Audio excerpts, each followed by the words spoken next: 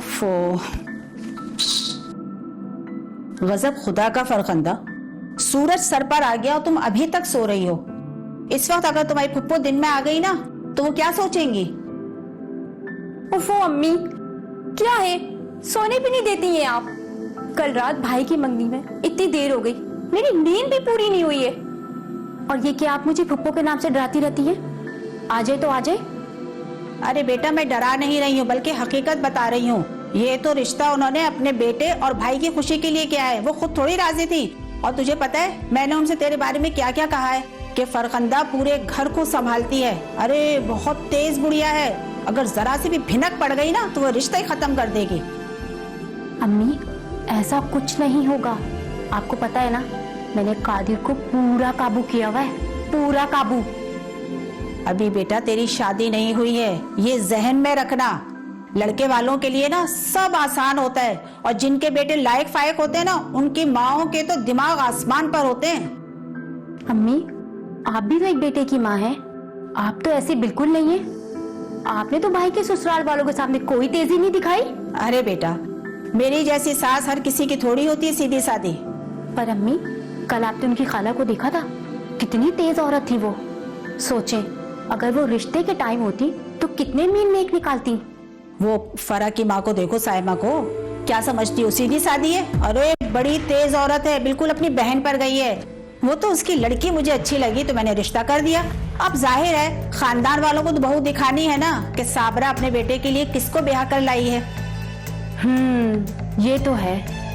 कल वहाँ खाना बहुत मजे का था भाई के ससुराल में, मैंने तो खूब ज्यादा खाया और घर आकर ऐसा सोई।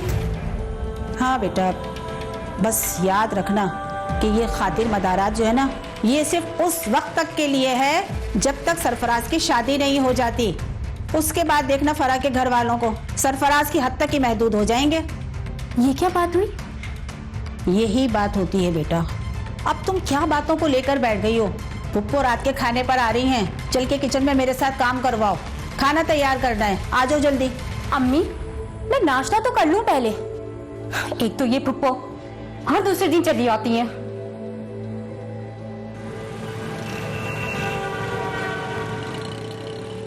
अरे तुम रात को यहीं रुक जाती, घर क्यों चली गई थी? अरे मेरे सरताज को खाना कौन देता? आपा तुम तो जानती हो ना मेरी सास तो हिल के पानी भी नहीं पीती। चलो अब रात को देर से जाना खाना वाना खा के। तुमने मंगनी करते वक्त अरे उसकी सास और नंद को देखा था? अरे कैसी चिलक्तरबाज औरतें, उनकी बातें सुन सुन के मेरा तो दिल घबराने लगा था। अरे हमारी मासूम जैसी फूल जैसी बच्ची है उन चंडालों के साथ कैसे रहेगी? अरे तुमने रिश्ता करते वक्त कुछ तो सोचा होगा ना। अरे भाई मैंने लड़के को देखा है, सिर्फ शक्ल सूरत का भी अच्छा है, कारोबार भी अच्छा है, पढ़ा लिखा है। अच्छा, अरे कल तो मैं कुछ पूछ ही नहीं पाई थी। लड़का करता क्या है? अरे लड़के के बाप का ना कारोबार है बहुत बड़ा, कपड़े का, 3 दुकानें हैं उनकी। हाय हाय, मुश्तरका कारोबार, अजाब और झंझार। मरूम अम्मा ना सही कहती थी कि ये मेरी जो साइमा है ना इसके पास अक्ल की कमी है। अरे आपा तुम मुझसे ही मशवरा ले लेती। अरे तुम काय को मुझे भी हौला रही हो, खुद भी हौल रही हो। वो लड़की जो है ना वो चंद दिन की मेहमान है अपने मैके में, और एक बूढ़ी माँ वो कोने में पड़ी रहेंगी। अरे आपा ये तुम्हारी सोच है। अरे इतनी आम सूरत शक्ल की लड़कियों की ना शादियां नहीं होती हैं। अरे इसकी फिक्र नहीं करो, उसकी फुप्पी ने उसका हाथ मांग लिया अपने बेटे के लिए। चलो ये भी अच्छा है। तो अच्छा उनका शादी का कब इरादा है करने का? ले उन्होंने तो मंगनी में ही शोर डाल रखा था कि अब ये हमारी हो गई, इसे रुखसत कर दो। अरे आपा ये हर बात ना तुम उनकी मत मानना और कुछ ना अपनी भी बातें रखना, समझ में आई? और ये फरा नजर नहीं आ रही, ये कहाँ है? अरे उसने तुम्हारा सुन लिया ना आने का, तुम्हारी पसंद की बिरयानी बना रही है। हाँ भाई मैं तो खाना खा के जाऊंगी आपा। तुम चाय तो पियो पहले।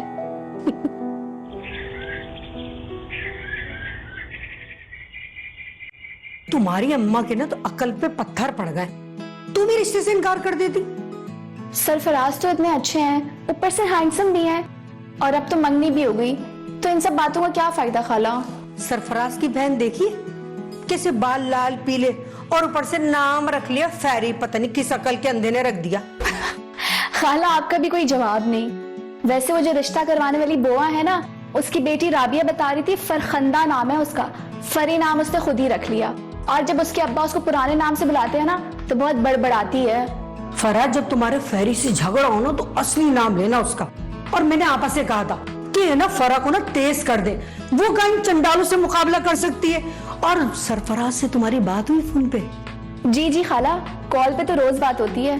और आप ज्यादा फिक्र ना करें, मैं जाती ही सरफराज को ना अपनी मुट्ठी में कर लूंगी। उन माँ बेटी को कौन मुंह लगाएगा। बस ना तुम दांत निकालती रहो। और ये जो तुम्हारी खुश अखलाकी की आदत है ना, इसको तुम बदलो। अब तुम ससुराल जाओगी और अगर यही आदत पड़ी रही ना तो फिर बहुत पछताओगी। और ससुराल जाके ना हर बात में ना उनकी नींद में एक निकालना। और एक बात और याद रखना कि वहां जाके ना ज्यादा काम नहीं करना, वरना यकीन मानो तुम्हें नौकरानी बना के रख देंगे। अरे नहीं खाला, आप तो मुझे कुछ ज्यादा ही बेवकूफ समझती हैं। आप खुद सोचें, अभी तो सिर्फ मंगनी हुई है और मैंने उसको पूरा अपने कंट्रोल में कर लिया है। जब शादी हो जाएगी तो फिर। ये अच्छा किया तुमने कि पहले दिन ही उसको कंट्रोल में कर लिया। और आपा बता रही थी वो तुम्हारे हुस्न पे मर मिटा है।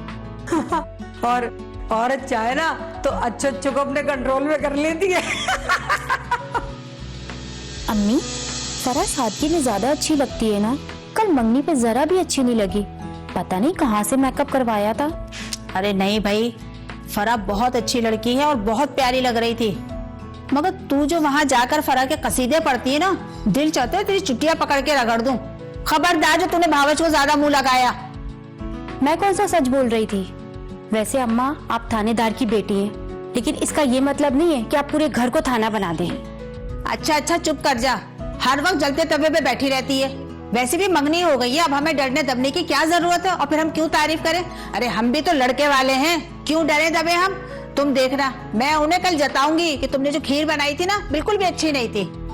अम्मा, वो खीर नहीं थी, फिरनी थी। कल तो आप खूब खा रही थी। हाँ, तू मेरे खाने पीने पे नजर रखती है। वैसे भी वो मेरे बेटे का ससुराल है, मैं जब भी वहां जाऊंगी ना खूब डट कर खाऊंगी पीऊंगी। वैसे अम्मा, कल सब कुछ बहुत मजे का बना हुआ था। मैं तो घर से ये सोच के गई थी कि उनको ये जताऊंगी कि हम तो रोज ही ऐसे खाना खाते हैं, लेकिन जब मैंने खाना शुरू किया तो हाथ ही नहीं रोक पाई मैं। हाँ, ये बात तो है। आय हाय, तूने भी मुझे किन बातों में लगा दिया। इतना सारा काम पड़ा हुआ है, चल जल्दी चल, बहुत सारे एहतमाम करने हैं। अरे कौन सा एहतमाम, किसका एहतमाम हो रहा है भाई? अरे तुम्हारी फुप्पो आ रही हैं। फुप्पो आ रही हैं? मुझे लगा मेरे ससुराल वाले। भाई, वहाँ तो हम कल जाएंगे। कल? हाँ। कल क्यों? अभी कल ही तो मंगनी हुई है, अब क्यों जाओगी? भाई कौन सी आफत टूट पड़ी? सरफराज, मैंने तुझे कितनी बार कहा है कि औरतों के मामले में मत बोला कर अपने बाप की तरह। कुत्ते की दुम है ना, वो कभी सीधी नहीं होती। अम्मा, मैं और अब्बा जो भी बात करें ना, आप यही कहती हैं कि औरतों का मामला है। तुझे बड़ा बुरा लगता है, बड़ा ससुराल वालों का हिमायती बना हुआ है। अरे नई नई रिश्तेदारी है, रोज ही आना जाना पड़ेगा। इसीलिए फुप्पो भी हर हफ्ते यहाँ आ जाती हैं। क्यों ना आए, उनकी बहू का घर है। वैसे ये अच्छा है अम्मा, बहू के घर वालों का ही खर्चा करो बस। अच्छा अच्छा बस चल जा, हमें काम करने दे, बहुत काम पड़ा है। हाँ हाँ जा रहा हूँ, अब कोई खाना भी दे दो, मुझे बहुत भूख लग रही है। फेरी, जब भाई के लिए कुछ खाने का लेकर आ। अम्मी, मैं भी तो थकी हुई हूँ ना। अरे बेटा, कुछ ही दिनों की तो बात है, फरा आ जाएगी, वो किचन संभाल लेगी। जा मेरी बच्ची। पता नहीं कब आएगी ये फरा। बेटा वो मुझे 30,000 रुपए चाहिए। मत 30,000? किस खुशी में?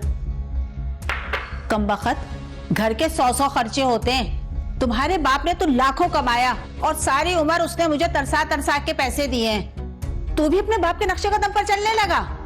अरे तेरी दुकान तो अलग है ना, नफा हो या नुकसान तेरे बाप को क्या पता चलेगा। बस मुझे 30,000 रुपए चाहिए। अरे अम्मा, हजारों जासूस छोड़ रखे हैं मेरे पीछे, और ये जो आपको सेल में नजर आते हैं ना, ये मेरा हाथ बटाने के लिए नहीं है, मेरी जासूसी के लिए रखे गए हैं। तुझे तो 100 बहाने बनाने आते हैं। देख, आज मैं तेरे अब्बा से कैसे पैसे निकलवाती हूँ। अगर ना निकलवाए ना तो मेरा नाम भी साबरा नहीं। अच्छा, निकलवा लीजिएगा, और अगर मिल जाए ना तो थोड़े मुझे भी दे देना। सारा दिन दुकान पर बैठता हूँ, औरतों से सर खपा खपा के तंग आ जाता हूँ, और अब्बा है कि शाम को आके सारा हिसाब ले जाते हैं। हाँ हाँ दे दूंगी। मगर तू जवाब बहुत देने लगा है।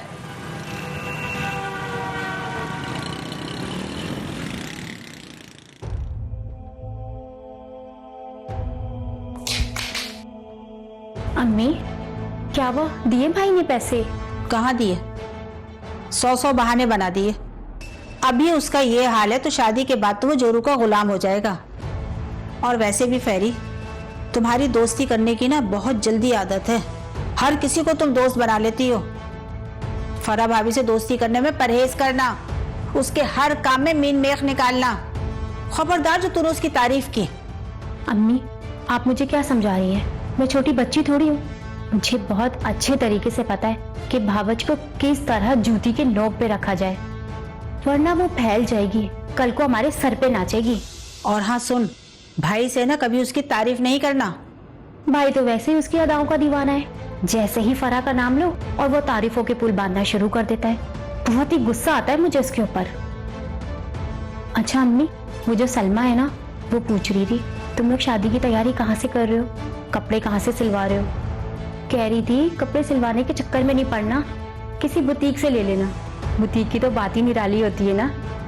हाँ वो तो ठीक है, पर फरा की अम्मा पता नहीं क्या मंसूबा बना रही हैं बैठ के। जल्दी शादी के लिए वो हाँ ही नहीं कर रही। पर अम्मी, फरा तो हमारी है ना, जब चाहे ले आए। वो तो ठीक है। मुझे तो उसकी खाला बहुत बड़ी सियासतदान लगती है। पता नहीं क्या क्या गुल खिलाएगी। अम्मी क्यों डरा रही हैं? हम क्या किसी से कम है? अपनी जबान से ऐसे ऐसे वार करूंगी कि अगला पानी भी नहीं मांगेगा। और बात सुने, इस बार जाएंगे ना तो शादी की तारीख लेके ही वापस आएंगे। बिल्कुल सही। देखते कैसे नहीं देती हैं तारीख। हाँ अब देखते हैं।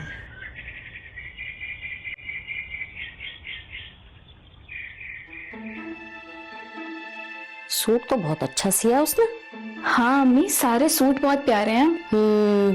आखिरकार तुम्हारी शादी का दिन भी करीब आ ही गया। और भाई मेरी एक बात गिरा से बांध लेना, ससुराल जाके मिन मिन करने की जरूरत नहीं है। डट के मुकाबला करना, उनको भी पता चले कि मुकाबला जो है वो आसान नहीं है। और शोहर के साथ साथ ससुर का भी दिल जीतने की कोशिश करना, क्योंकि सारा कारोबार उनके हाथ में। ठीक है, ज्यादा मुश्किल नहीं पड़ेगी तुम्हें, क्योंकि वो अपनी बीवी को किसी खातिर में ही नहीं लाते।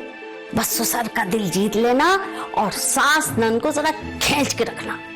आप बेफिक्र रहे अम्मी, रस्सी इतनी ढीली रखूंगी कि अटक अटक कर सांस आती रहे। अरे मैं तो कह रही हूँ अपने ससुर को फोन मिला, मैं उनको अपनी बातों की जाल में फांस लूंगी। इतनी आसानी से फंस जाएंगे बड़े मियाँ? है और नहीं तो क्या। और है ना, शाकरा को भी बुला लेंगे। आइए, मशवरा मुझे उसी ने तो दिया है। लगा फोन जल्दी से।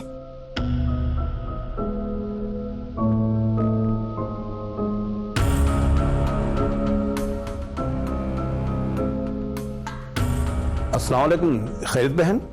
हाँ हाँ, सब खैरियत है। दरअसल मैंने इसलिए फोन किया था कि फरा को ना आपकी बहुत याद आ रही है। अरे बिल्कुल बाप जैसा प्यार करती है वो आपसे। खाना बना रही है और वो चाह रही है कि आज शाम में आप आके हमारे साथ खाना खाएं और अपनी दुआओं से भी नवाज दें उसे सर पे हाथ रख के। तो ठीक है, मैं घर वालों कह देता हूँ। नहीं नहीं, आज आप अकेले आ जाएं, मुझे ना आपसे बात करनी है बहुत जरूरी। चलिए ठीक है, मैं आ जाता हूँ। ठीक है, अल्लाह हाफिज। ठीक है, अल्लाह हाफिज, शाम में मिलते।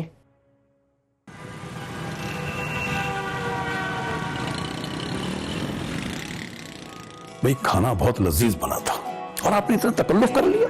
अरे नहीं भाई साहब, फरा ने ये सब कुछ आपके लिए किया था। ये तो हर वक्त आपको अब्बा जान कहती रहती है। अरे भाई साहब सही से बैठे, आपका अपना घर है और हमने तो आपको दिल से अपना बड़ा भाई मान लिया है। भाई मैं बिल्कुल ठीक बैठा हुआ हूँ। और मैं सच बता रही हूँ, ये रिश्ता मैंने सिर्फ और सिर्फ आपकी वजह से किया है। पहली नजर में ही मैं समझ गई थी कि आप खानदानी हैं और मेरी नजरें ना कभी धोखा नहीं खाती। मैं भी आपको अपनी बहन ही समझता हूँ। ऐसे नहीं, मेरे सर पे हाथ रख के। भाई साहब, फरा ने ना दिल से आपको अपना वालिद मान लिया है। जैस तो हम इसे देंगे, लेकिन इसकी ये एक ख्वाहिश है कि अगर इसके कमरे की सजावट के लिए ना आप इसे कुछ दिला दे तो ये खुश हो जाएगी। क्यों? हाँ हाँ, क्यों नहीं। वैसे भी अल्लाह का दिया बहुत कुछ है, पैसे की कमी नहीं है और जहेज तो हमें चाहिए ही नहीं है भाई। बच्ची हमारे घर आ रही है, सब कुछ उसी का है। अरे भाई साहब, ये तो आप कह रहे हैं ना, अब सारी दुनिया में आपकी तरह फरिश्ता सिफत इंसान तो नहीं होते ना। और फिर आपके घर वाले, देखिए मुझे लोगों की जुबानें बंद करवाना आता है। और हाँ, फरहा के कमरे के लिए टीवी और फ्रिज मैं लेके दूंगा और एक खूबसूरत सा कालीन, मैचिंग पर्दे, ये भी मेरी तरफ से होंगे।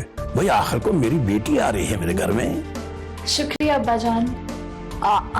देखे ना, वहां तो आपके घर वाले होंगे और उनके दबाव में आके अगर आपने ऐसा नहीं किया ना तो मेरी बच्ची का ना दिल टूट जाएगा भाई साहब। एक हल है, अगर आप चेक बना दे तो फरहा ना आपकी तरफ से सब कुछ खरीद लेगी, है ना? बिल्कुल ठीक है भाई, मैं कैश का चेक पहुंचा दूंगा। भाई मर्जी से मेरी बेटी जो दिल चाहे ले ले। हाँ ये ठीक है ना फरहा? भाई मुझे तो अपनी बच्ची की खुशी अजीज है। अरे आपा, तुमने बड़े मियाँ को बुला के ना पैसे निकलवा के बहुत अकलमंदी की है। इनके तुमने कह दिया ना, अपने घर की औरतों को तो नहीं बताएंगे ना? अरे ये बात तो मैंने उन्हें अच्छी तरह समझा दी कि हर बात बीवी से कहने की नहीं होती और नहीं कहेंगे, क्योंकि फरहा को अपनी बेटी और हम दोनों को वो बुड्ढा जो है ना बहने मानने लगा है। इसी ख्याल से कुछ नहीं कहेंगे। और कैसे कहेंगे, वो बीवी और जो बेटी है चढ़ नहीं दौड़ेंगी उनके ऊपर। अरे आपा, इस वाक़े से पहले ना मैं तुम्हें बेवकूफ समझती थी, लेकिन अब नहीं। जहेज में क्या क्या बना रही हो, सभी कुछ दोगी ना? अरे बेटी को समझा देना कि कोई भी जहेज का सामान इस्तेमाल ना करे। अरे जब कोई ससुराल वाला इस्तेमाल करता है ना आपा, बड़ा दिल दुखता है। अरे हाँ, मैंने फरहा को अच्छी तरह समझा दिया है।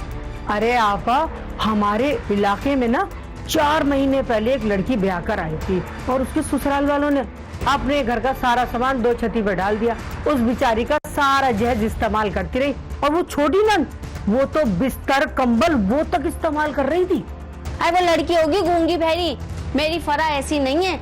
मैंने कह दिया है कोई जुल्म सितम बर्दाश्त नहीं करना, डट के मुकाबला करना। मेरी बच्ची कोई गिरी पड़ी है? और मैं कौन सा सास नंदों की खिदमत के लिए भेज रही हूँ? आपा, उनके ना घर वालों की ज्यादा खातिर करने की जरूरत नहीं है। हाँ कभी कभी ना लड़के को चाय पे बुला लिया करो। अरे जैसे तुमने बाप को मुट्ठी में लिया ना, ऐसे बेटे को भी मुट्ठी में ले लो। अरे लड़के को ना अकेले नहीं बुलवाया जा सकता, दुकान पे बाप बेटे दोनों साथ बैठते। तो मैंने ये सोच लिया, अब जब भी बड़े मियाँ को बुलाऊंगी ना तो कहूंगी बेटे को भी साथ लेकर आओ। अरे आपा, तुम तो बहुत अक्लमंद हो गई। अरे हाँ, मैं तो शुरू से ही अक्लमंद हूँ। पता नहीं अम्मा मरूमा को मेरे से क्या बैठता, हर वक्त बेअकल कह के मेरा दिमाग खराब करा हुआ था उन्होंने तो। अरे हट। अरे आपा, पहले तुम थी ऐसी। अरे गाते गाते गवैये बन जाते हैं।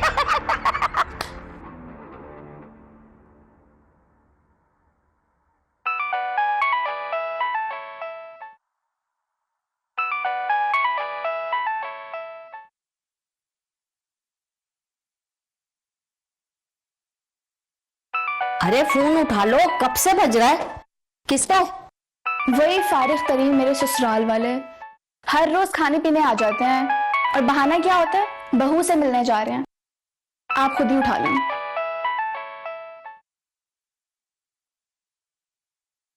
जी हेलो। हेलो, अस्सलाम वालेकुम। क्या बात है भाई, फोन ही नहीं उठा रही हो? क्या दिल नहीं चाह रहा फोन उठाने को? नहीं, बस थोड़ी मसरूफियत चल रही है आजकल। वो दरअसल मेरी बहन भी आई हुई है ना, शाकरा, और वो मुझसे कह रही है आपके घर आने का। तो हम दोनों आ रहे हैं आज शाम आपके घर। ओ अच्छा, लेकिन हमारा प्रोग्राम है आज तो आपकी तरफ आने का। वो फरखंदा कह रही थी कि फरहा भाभी से मिलने को बहुत दिल चाह रहा है, काफी दिन हो गए। वो दरअसल ना फरहा आज अपनी सहेली की शादी में जा रही है, तो आपसे मुलाकात ही नहीं हो पाएगी, इसलिए मैं अपनी बहन को लेकर ना आपके घर आ रही हूँ। और मेरी बहन भी बार बार यही कह रही है कि फरहा की सास ने तो कभी हमें अपने घर बुलाया ही नहीं। दरअसल बात यह है कि मैंने आपकी मेहमान नवाजी की तारीफें भी तो बहुत कर दी हैं उससे। अच्छा चले ठीक है, आ जाएं।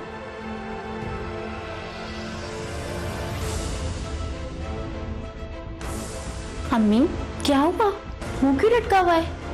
क्या कह रहे हैं वो लोग?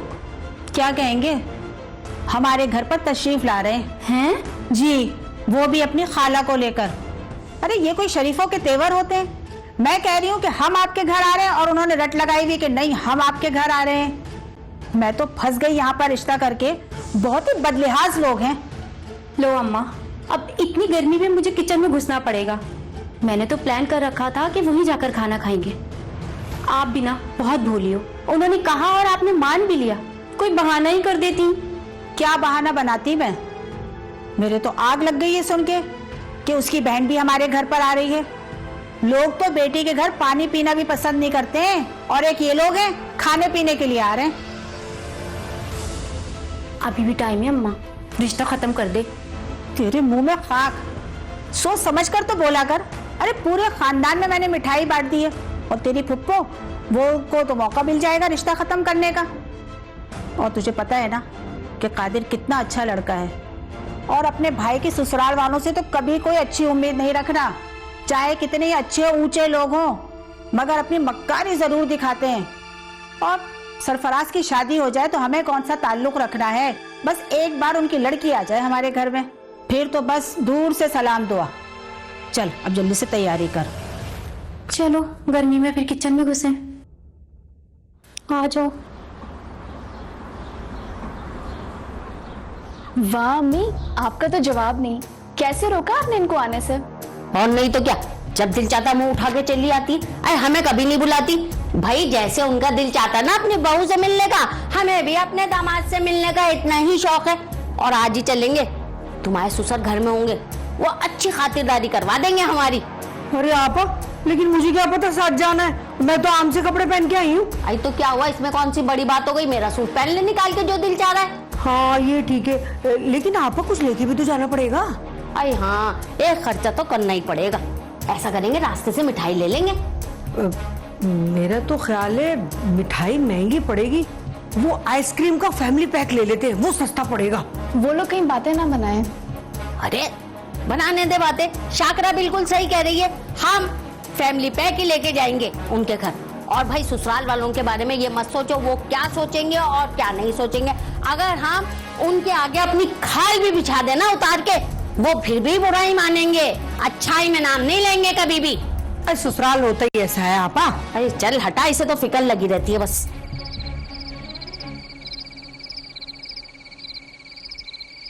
और शादी की तैयारियां कैसी चल रही हैं? बहुत अच्छे, रोजाना ही मार्केट आना जाना हो रहा है। यही हाल हमारा है। अस्सलाम वालेकुम। वालेकुम अस्सलाम। अरे इतना अचानक, पहले से बताती मैं दुकान से पहले आ जाता।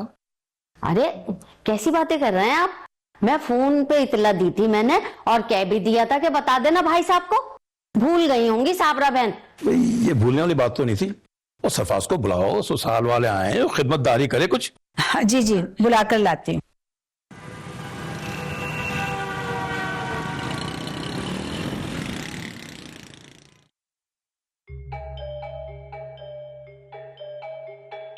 चौथी बार शीशे के सामने देखकर बाल बना रहे हो। और एक बात बताओ, ये इतना सब कुछ लाने को तुम्हें किसने कहा? बड़े पैसे आ रहे हैं तुम्हारे पास और अब्बू के पास। मेरे टाइम पे तो ये सब कुछ नहीं होता। अम्मी भी नाराज हो रही हैं। क्या हो गया? इतना बुरा सा मुंह क्यों बना लिया? मेरा एहसास दिलाना भी तुम्हें इतना बुरा लग रहा है? अभी सिर्फ ससुराल वाले आए हैं तो तुम्हारा ये हाल है। कल फरा रुखसत होकर आ जाएगी तो क्या करोगे तुम? फिर तो तुम हमें भूल ही जाओगे। अरे कैसी फजूल बातें कर रही हो तुम। भला माँ और बहन भी कोई भूलने वाली होती हैं? देखो कोई भी आ जाए, जो हैसियत तुम दोनों की है वो कोई बदल नहीं सकता है। शाबाश, ऐसे होते हैं जोरू के गुलाम, ससुरालियों के आगे पीछे फिरने वाले लड़के। अरे बेकरी से सब कुछ लेकर आ गया तो फल भी खरीद लेता 10-15 हजार के। वैसे भी तेरे ससुराल वाले ना जन्म जन्म के भूखे हैं। अरे सब खा जाते, हजम हो जाता उनको। अरे अम्मा मुझे क्यों सुना रही हैं? अब्बा ने कहा था लाने को। वैसे सरफराज, मैं तो तुझे बड़ा भोला समझती थी, मगर तू तो बड़ा घुन्ना निकला भाई। अभी बीवी आई नहीं हो, तेरा ये हाल है। उसके आने के बाद तो तू घर वालों को ही भूल जाएगा। अरे अम्मा, ये सब बातें करने का भी कोई वक्त है? सब लोग वहां पर बैठे हैं और मैं जा रहा हूँ उनके पास। देखिए जरा देखिए, गया अपने सगों के पास बैठने के लिए।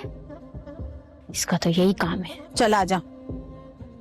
अरे भाई मेरे तो सर में दर्द हो गया, कितना बोलती हैं ये अम्मा बेटियां।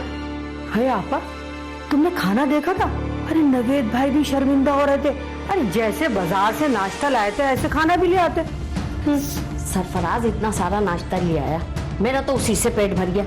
और वैसे भी इन माँ बेटियों से कोई अच्छी उम्मीद नहीं लगाना, क्योंकि भाई ये ईंट और पत्थर का रिश्ता है। आपा तुम्हें याद है ना, अम्मा मरहूम क्या कहती थी कि जब ब्याही नंद घर आए तो सर पे पट्टी बांध के लेट जाना। हम कैसा मजाक उड़ाते थे, लेकिन अब एहसास होता है वो ठीक कहती थी। अरे भाई ये बड़ों की दी हुई तालीम तो है जो आज हमारे काम आ रही है। मैं भी अपनी बच्ची को ना जमाने की ऊंच नीच सिखाती रहती हूँ। अरे आपा, हमारी फरा तो बहुत ही भोली है। अरे भाई हमारी बच्ची ने जब आंख खोली ना तो या माँ को देखा या खाला को। अरे भाई जैसे हमारे दिल साफ सुथरे वैसे ही हमारी बच्ची का भी दिल साफ सुथरा। हाँ, वो फरखुंदा का चेहरा देखा था आपने, कैसी पक्की औरतों वाला। अरे हमारी फरा मासूम भोली सी। अरे भाई फुप्पी ने भी ना लालच में आके रिश्ता किया होगा, वरना फरखुंदा में ऐसी क्या खूबी है। हाँ आपा, तुम कह तो सही रही हो, आम सूरत शक्ल की है बिल्कुल। अरे चल झूठी। चलो आपा, अब कपड़े चेंज कर लिए तुमने तो, अब मुझे तो घर जाके करने पड़ेंगे। मैं आपके पास आई हूँ आपसे कुछ बात करने के लिए, और आप एक अखबार में लगे पड़े हैं। ये लीजिए, मैं हमातन गोश हूं, फरमाइए। देखें, माना बेशक आपकी कपड़े की दुकान है, मगर आप अकल से तो काम लें। दुकान में कपड़ा मुफ्त तो नहीं आता ना। आपसे घर के सौदे के लिए पैसे लेती हूँ तो आप 100 सवाल करते हैं। और ये बताएं कि ये कौन सा तरीका है कि आपने फरा से कह दिया कि तुम अपने बरी के कपड़े जाके खुद खरीद दो, खुद शॉपिंग करो। अरे फरखंदा की भी तो शादी करनी है ना, इस तरह से तो आपकी बहन का मुंह खुल जाएगा।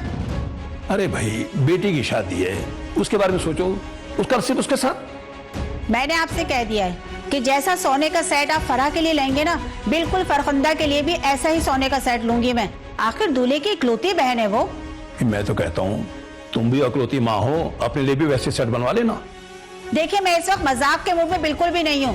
क्या ये अच्छा लगेगा कि इस उम्र में मैं सोने का सेट पहनकर बैठ जाऊं? मैं भी मजाक नहीं कर रहा हूँ। अभी समझाने वाले आए थे, तुमने किस तरह मेहमानदारी की। अगर बेटी के ससुराल वाले आते तो कुछ रवैया और होता, उनके सामने सब कुछ रख देती। मुझे बड़ी शर्मिंदगी हो रही थी। यही दुनिया का दस्तूर है। ये तुम औरतों के बनाए हुए दस्तूर है। बहू आएगी उसे बेटी समझो। अभी वो आई नहीं, पहले ने सोच लिया कि वो बेटे को लेकर चली जाएगी, और बेटी के लिए चाहते हो कि ससुराल में जाके वो राज करे।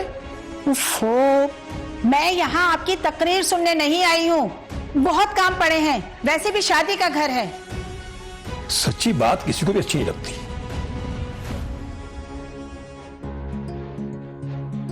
आखिरकार हमारी शादी के दिन करीब आए गए। मैं तो एक एक दिन गिन के गुजार रहा हूँ। बहुत खुश हैं आप। जाहिर है, क्या तुम खुश नहीं हो? खुश तो हूँ, लेकिन थोड़ा सा डर भी है। डर? किस बात का? आप और अब्बू तो बहुत अच्छे हैं, लेकिन फरखंदा और अम्मा का डर है। अरे तुम फिक्र मत करो, मैं हूं तुम्हारे साथ। और वैसे भी अम्मी मुझे चोरू का गुलाम कहती हैं। अब सर्टिफिकेट मिल गया तो बन के भी दिखाऊंगा। बस तुम यूं ही हंसती रहा करो, अपनी सारी टेंशन मुझे दे दो। देखो, तुम्हें बरी के जोड़ों की फिक्र थी ना, अब्बा ने तुम्हारा सारा मसला हल कर दिया। तुमने खुद जाके अपनी शॉपिंग की। उसके बाद तुम्हें शादी के जोड़े की फिक्र थी। तुम जिस शॉप से सूट पसंद करके आई थी, मैं अम्मा और फरखंदा को उसी दुकान पे ले गया और कहा कि मेरे दोस्त की दुकान है। अच्छा, तो फिर कीमत सुनकर कुछ कहा नहीं उन्होंने? अरे कहना क्या था, मुझे तो 100 बातें सुनाई उन्होंने कि इतना महंगा जोड़ा ले लिया, जरा सा भी डिस्काउंट नहीं दिया तुम्हारे दोस्त ने। अच्छा, फिर तो वो समझ गई होंगी। अरे समझती हैं तो समझ जाएं। जो तुम्हें ड्रेस पसंद आया वो तुम तक पहुंच गया। अब मैं तुम्हें उस ड्रेस को पहने हुए अपनी दुल्हन देखना चाहता हूँ। अम्मी, आपने बारात के इंतजामात देखे थे? बिल्कुल भी अच्छा नहीं था ना, कुछ भी अच्छा नहीं था। और खाना खाना तो बिल्कुल भी नहीं अच्छा बनवाया था उन्होंने। एक अगलौती बेटी थी, कम से कम 5-6 डिश तो बनवाते। और वो दूध पिलाई की रस्म, उसकी कजन्स, फरा की कजन्स ऐसे पैसे मांग रही थी जैसे हमारे पास उन्होंने पैसे रखवाए हुए हों। और तुमने वो नहीं देखा क्या? साइमा और शाकरा का रवैया, बिल्कुल ही उनके तो तेवर बदले हुए थे भाई। उन्होंने तो हमें लिफ्ट ही नहीं करवाई। जाहिर है मतलब जो निकल गया, बेटी को ब्याह दिया उन्होंने, अब थोड़ी हमारे आगे पीछे फिरेंगी वो। हाँ, अब देखें बेटी क्या गुल खिलाती है। चलो भाई, मैं तो थक गई, अपने मैं भी जा रही हूँ अपने रूम में। हाँ, जा अपने कमरे में जा भाई, बस। हाय अल्लाह, खैर से मेरी बच्ची अपने घर की हो गई। हाँ आपा, सब कुछ अच्छे से हो गया और हमारे यहाँ खाना भी बहुत अच्छा था। हाँ भाई, हमारा तो सारा काम अच्छा हो गया। अब उनके वलीमे की तैयारी देखनी है कैसी करते हैं। और आपा, वो फरकुंदा और साबरा को देखा था तुमने? कितनी तैयार होकर आई थी, फिर भी अच्छी नहीं लग रही थी। और मेरी बच्ची को देखा था, कितना रूप चढ़ा था उस पे। अल्लाह, मैंने तो नजर भर के नहीं देखा अपनी बच्ची को, कहीं माँ की नजर ना लग जाए उसे। अरे आपा, हमारी फरा है ही बहुत प्यारी। और उसके ससुराल वालों को देखा था, ऐसे खाने पे टूट रहे थे जैसे बरसों के भूखे हो। अरे अल्लाह, तेरी हर चीज पे नजर थी। हाँ तो क्या करती, वो भी तो ऐसी चालाकू औरतें हैं। हाय, इतने हैवी ज्वेलरी, तौबा तौबा, कान लटक के रह गए भाई। ये तबसरे, ये बातें, ये सब नया नहीं। हर शादी ब्याह के घर में ऐसी ही बातें की जाती हैं। रिश्ते तय होने से वलीमे तक यही बातें ज़बाने ज़देआम होती। ससुराल वाले नाराज, दुल्हन का दिल ससुराल वालों से पहले ही बुरा कर दिया जाता। ये लड़की इसी घर में रहती है, पर रोज़े अव्वल से नफरत के बीज बो दिए जाते हैं। शायद ये भी हमारी एक रिवायत का हिस्सा बन गया है।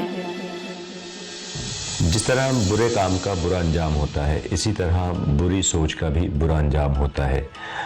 अब एक सोच जो कि नेगेटिव चीज़ों को लेके चलती है, तो इंसान को पता नहीं होता कि इसके कॉन्सिक्वेंसेस क्या होंगे। और आजकल जिस तरह से हम घरों में देखते हैं कि मनफी बातों का रुझान, गरीबतें, एक दूसरे की बुराई करना, और स्पेशली ख़वातीन जहाँ चार बैठ जाएं तो फिर वहाँ पे ये उनका पसंदीदा मशगला है। और अगर कुछ ऐसे सीन हो कि वहाँ पे एजुकेशन की भी कमी हो तो फिर ये चीज़ें और भी ज़्यादा बढ़ जाती हैं। और अमूमी तौर पे हम ये देखते हैं कि जब लड़का या लड़की की शादी की बात आती है तो उस वक्त फिर दूसरी फैमिली को लेके नेगेटिव बातें करना और छोटी छोटी खामियों को बढ़ा चढ़ा कर बयान करना, बुराइयां करना, और लड़कियों को, ख़ास तौर से लड़की को इस तरह से कहना कि तुम वहाँ जाओगी तो पता चलेगा, वहाँ जाके देखना क्या होता है। तो बेसिकली आप क्या कर रहे हो, आप नेगेटिव सीडिंग कर रहे हो। उस लड़की के दिमाग में आप नेगेटिव बातें डाल रहे हो कि वहाँ जाएंगे तो कुछ बुरा ही होगा।